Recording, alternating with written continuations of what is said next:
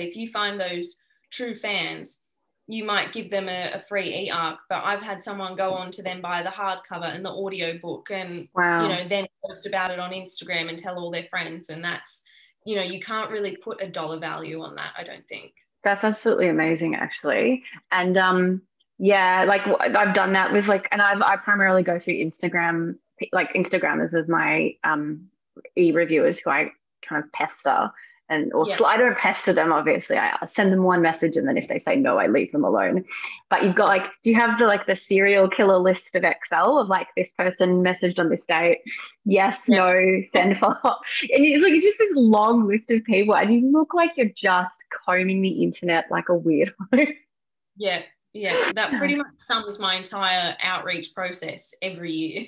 Yeah, and it's exhausting, because you're scrolling through and you see, oh, this is really they might really like this, and then you see the upshot and they're like, I hated it, and you're like, why did you post about it then? Oh no. I just read your last 10 reviews and it was so promising. Yeah. The best ones are the reviews that are oh my God, this book changed my life, it was so amazing, blah blah blah, rave about it, 3 stars. Yeah, I know.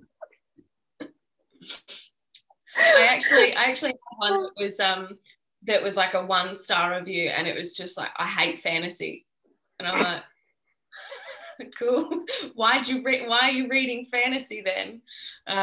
There are always going to be people like that though, and I think the more popular your books get, the more of that weird shit you've got to deal with. I think my favorite was boring with a lot of fluff, but it was a 3-star review, and I was like, you're like, okay, I'll take it.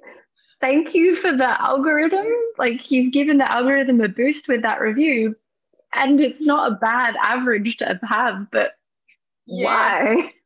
Why bother leaving a review like that? But you're right, even those reviews do have their benefits. I mean, they give you a better sort of, more realistic rating or average rating on the review sites. And then also, if you were a reader and you were reading, 5-star, 5-star, 5-star, and the one negative review was a 3-star that said, oh, boring, too much fluff, you'd be like, I think I might listen to the other more detailed, proper reviews over that one, Yeah, absolutely. But even if you see boring with a lot of fluff with 3 stars, you're like, so it wasn't a terrible book then. Yeah, so the fluff must have been good. And it's so funny because that same book, someone was like, oh, there just wasn't enough detail in the world. There wasn't enough filler material. And you're like, reading is subjective. I write what I like. And the only thing that matters at the end of the day is that I'm satisfied with the product that's coming out, and that the people whose opinions I really, really trust have said, this is a decent story. But yeah, I think it's an interesting thing, with indie publishing. Yes, you're alone, but you're also so much less alone because you've got a team that you can reach out to, and that they are there for you.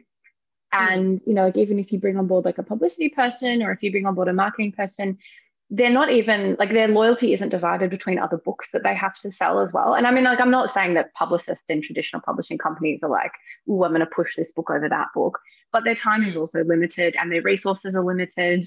And even just their capacity to kind of have the hold mentally all of the different books that they've got to market, it's limited. So they have the superior resources and the reach, but that's not necessarily the most important thing. No, absolutely. And something that I've said to quite a few newer indie authors is that just no one is going to work harder for your book than you are. So why would you be giving away 90% of the royalties to someone else when, you go indie, you can get up to 70%. And, even if you're traditionally published, if you want that book to do well, you have to put in the same amount of work, regardless of whether you have a marketing team at your disposal or anything like that. But yeah, no one is ever going to care about your book or work as hard for your book as you are. And I think that's a really interesting takeaway. Yeah, absolutely. To think about with indie publishing. Actually, the one other thing I'll say about indie is you can also, and it's kind of circling back to what you said earlier, which was when you're traditionally published, you've got a 6 week spike. Really, you've got a 6 week window to make your book meaningful for realistically the opportunity to write another book. Yeah. And I think what's really interesting is you can take a product, like if you're an indie author, you can take your product, which is, 3 years old, 4 years old, and if you can find a way to reinvigorate it, you can make it fresh again and you can keep it relevant.